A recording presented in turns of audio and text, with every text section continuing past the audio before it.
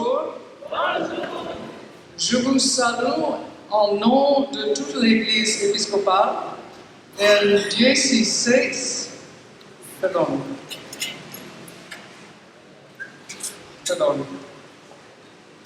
Je vous salue en nom de toute l'Église épiscopale, que tout le peuple tienne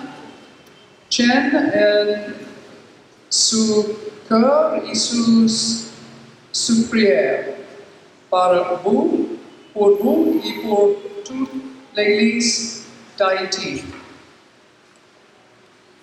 Le troisième dimanche de l'Avent, certaines églises utilisent des vêtements roses, une bougie rose dans la couronne de l'Avent, au lieu de les violets sombres. Dans certains endroits, ils disent que c'est parce que Marie voulait une fille.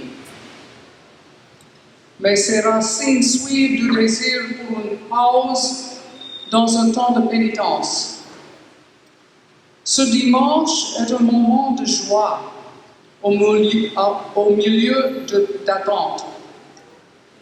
Le prophète Isaïe dit qu'il apporte une nouvelle joyeuse aux hommes. Paul dit, réjouissez-vous toujours, continuez à prier et rendre grâce en toutes choses. C'est maintenant un moment de joie, car nous savons que Dieu est parmi nous et le règne de Dieu de la justice est à venir.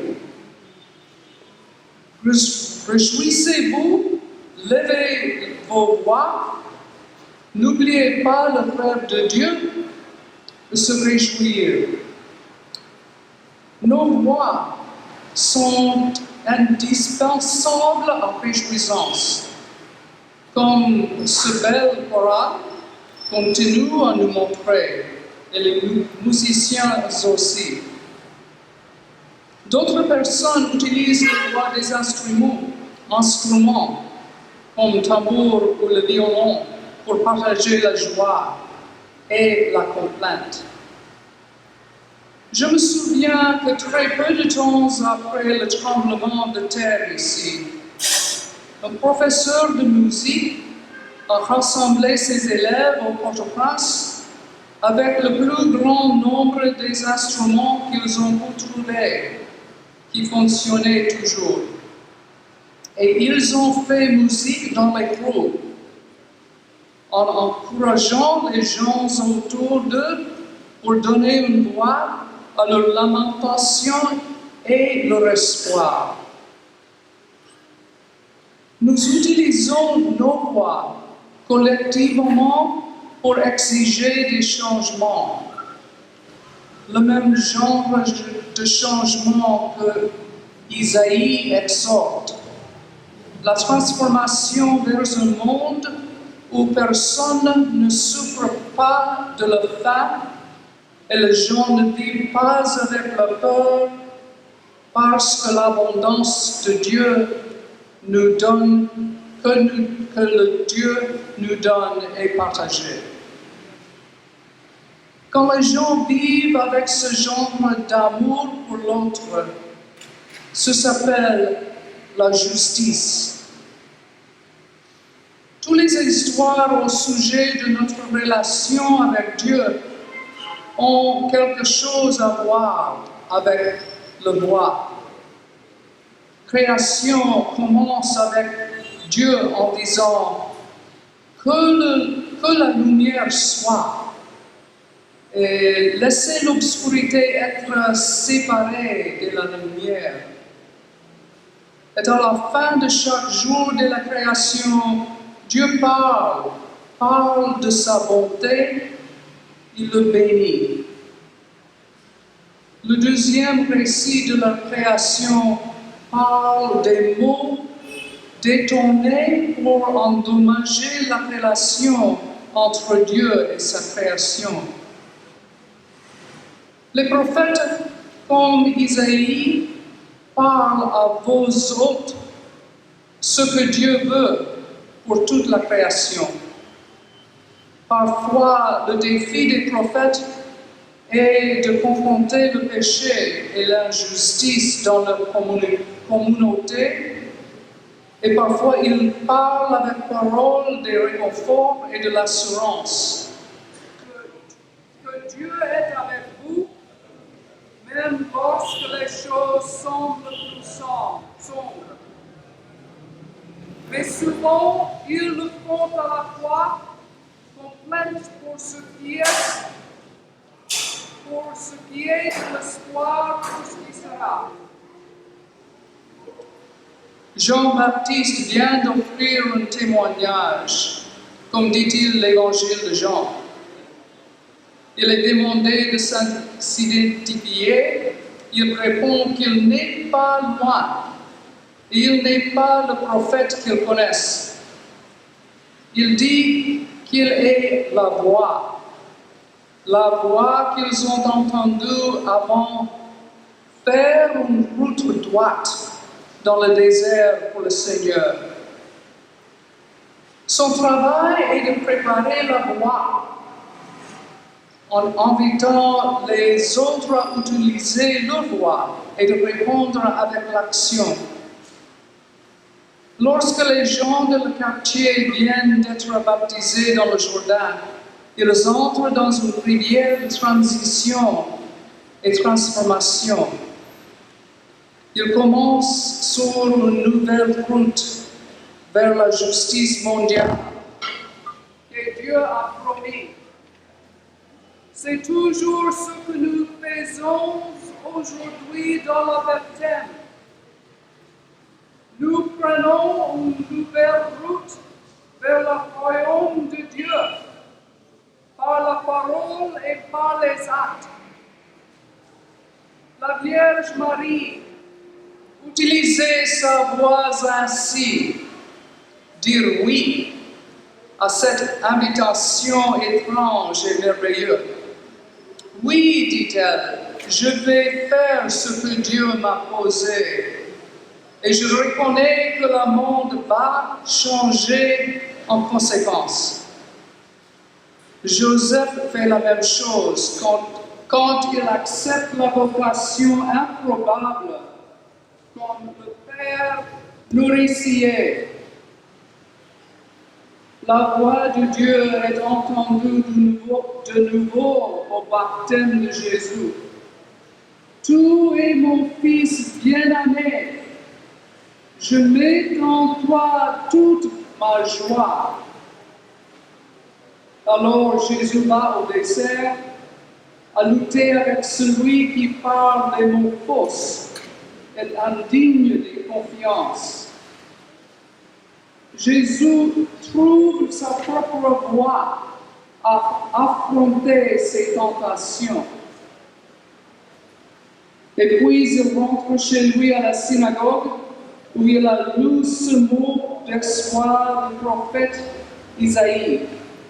Dieu m'a envoyé pour parler des bonnes nouvelles pour les pauvres,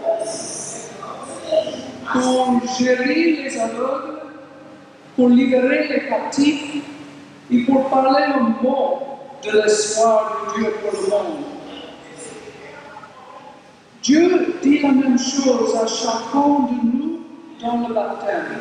Vous êtes mon bien-aimé.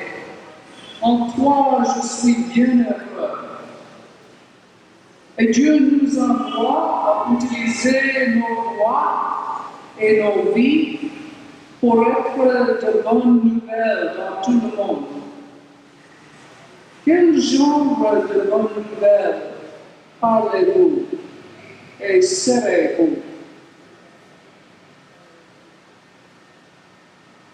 Nous avons été dans la République dominicaine au cours des derniers jours pour savoir plus sur la nécessité des bonnes nouvelles en face de ce que les tribunaux ont dit des gens d'origine haïtienne qui vivent là-bas. Les décisions juridiques semblent dire que même si vous étiez né là-bas, si vos parents ou grands-parents sont venus d'Haïti pour y travailler, vous n'avez aucun droit d'avoir enregistré votre naissance ni votre citoyenneté est garantie. Beaucoup de gens ont été effectivement pris entre les deux nations, déniés comme citoyens par les deux. Ceux qui n'ont pas un statut reconnu ne peuvent pas travailler, assister à l'école, voyager hors du pays ou obtenir la reconnaissance de leurs propres enfants. Les racines de cette injustice sont nombreuses. Le racisme, l'histoire coloniale, une soif de pouvoir, même la compétence et la négligence officielle. Ils sont les mêmes réalités pécheurs qui ont confronté les êtres humains depuis le début. Nous ne choisissons pas toujours d'aimer notre prochain comme nous-mêmes. La bonne nouvelle, c'est que chacun d'entre nous sont réclamés par la nation appelée le règne de Dieu. Ensemble, nous pouvons décider d'utiliser nos voix et nos actions pour changer les mauvaises nouvelles du monde. Les prophètes de Dieu nous conduiront à travers la rivière de la transformation, à travers les frontières qui divisent les enfants de Dieu. Il peut être un voyage dur et périlleux, mais c'est la seule route à la vraie vie, la vie abondante et la vie de la justice pour laquelle nous avons été créés. Le voyage commence à se rappeler que nous sommes tous les enfants du même Dieu et qu'en fin de compte, notre salut dépend de la façon dont nous aimons nos voisins. Et tous les fils et filles de Dieu sont nos voisins. Quand vous voyez voisin perdu et oublié, élevez ta voix en lamentation et défis partagés. Quand vous voyez le faim nourri, les captifs libérés et ceux qui ne appartiennent pas à un peuple, il est temps d'élever ta voix et de te réjouir. Le monde pose la même question pour nous qu'il a demandé à Jean. Qui êtes-vous? Serez-vous la voix de celui qui crie dans le désert? Aplanissez le chemin du Seigneur? Nous sommes baptisés dans le même travail. Sois la voie par laquelle le peuple de Dieu peut retrouver le chemin à le pays d'origine célestiale.